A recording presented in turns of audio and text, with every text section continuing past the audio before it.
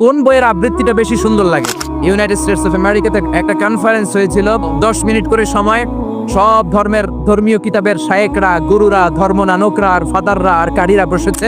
বিচারকের সামনে 2টা বাটন, সবুজ বাতিতে চাপ দিলে আবৃত্তি শুরু, রেড বাটনে চাপলে আবৃত্তি শেষ।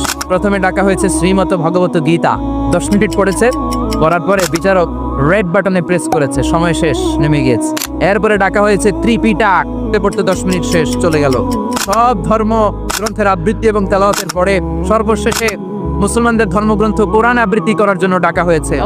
এসেছে মিশরের কারি আব্দুল বাসিত ইবনে আব্দুস সামাদ, এসে উনি সূরা ফাতিহা পড়তে সময় নিয়ে নিয়েছে 13 মিনিট।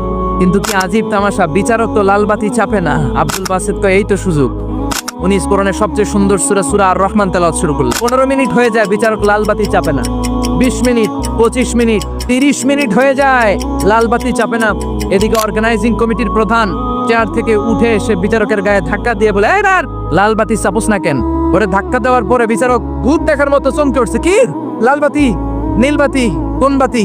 আবার যখন আব্দুল বাসিদের তেলাওয়াতের দিকে তাকায়, আবার বেহুশ। না পেরে বিচারক দাঁড়িয়ে বলে, ও আব্দুল বাসিত ইবনে আব্দুস সামাদ, আজকের এই প্রতিযোগিতায় তোর জন্য তেলাওয়াতের কোনো সময় নাই, তোর যত মনে চায় তুই পড়ে যা। 40 মিনিট সময় ধরে কনফারেন্স রুমে সূরা আর রহমান তেলাওয়াত করলেন।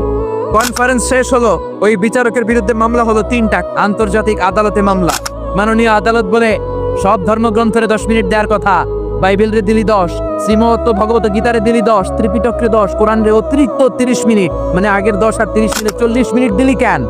বিচারক বলে, মাননীয় আদালত, আমার একটা বিনয়ের প্রশ্ন আছে। আদালত তো টাসকি খেয়ে গেছে, কিরে আমার এবার প্রশ্ন করে কেন? বিচারক বলে, আমার প্রশ্ন হচ্ছে, আমি তো বাইবেলরে 10 মিনিট দিয়েছি, এর কারণ যখন বাইবেল পড়তে এসেছে আমার হুশ আছে, আমার সময়ের জ্ঞান আছে। 10 মিনিট শেষ, আমি রেড বাটনে চেপেছি, উনি নেমে গিয়েছে, বাইবেলকে ডেকেছি। কিন্তু এই মিশরের কারি আব্দুল বাসিত মাইকের সামনে এসে কি যে বলে একটা টান দিল, ওই টান দেওয়ার সাথে সাথে আর আমার হুশ নাই। আমি কি সাগরের উপর, নাকি মহাশূন্যে, নাকি জমিনের অতল গহ্বরে? আমি কোথায় বসে আছি, আমি কোথায় দাঁড়িয়ে আছি, আমি নিজেই জানি না। আমার সময়ের কোনো জ্ঞান নাই, আমার হিতাহিত বুদ্ধি নাই, আমার নার্ভাস সিস্টেম ফল ডাউন করেছে। মাননীয় আদালত, যখন একটা মানুষের হিতাহিত জ্ঞান থাকে না, কেমন করে আমি লালবাতি চাপবো তুমি বলো? সে কোরআনকে অতিরিক্ত সম্মান দেওয়ার কারণে সর্বশেষে এই বিচারকের কোনো বিচারই হয় নাই। বেকসুর খালাসের ব্যবস্থা এই বিচারকে করে দিয়েছে কে?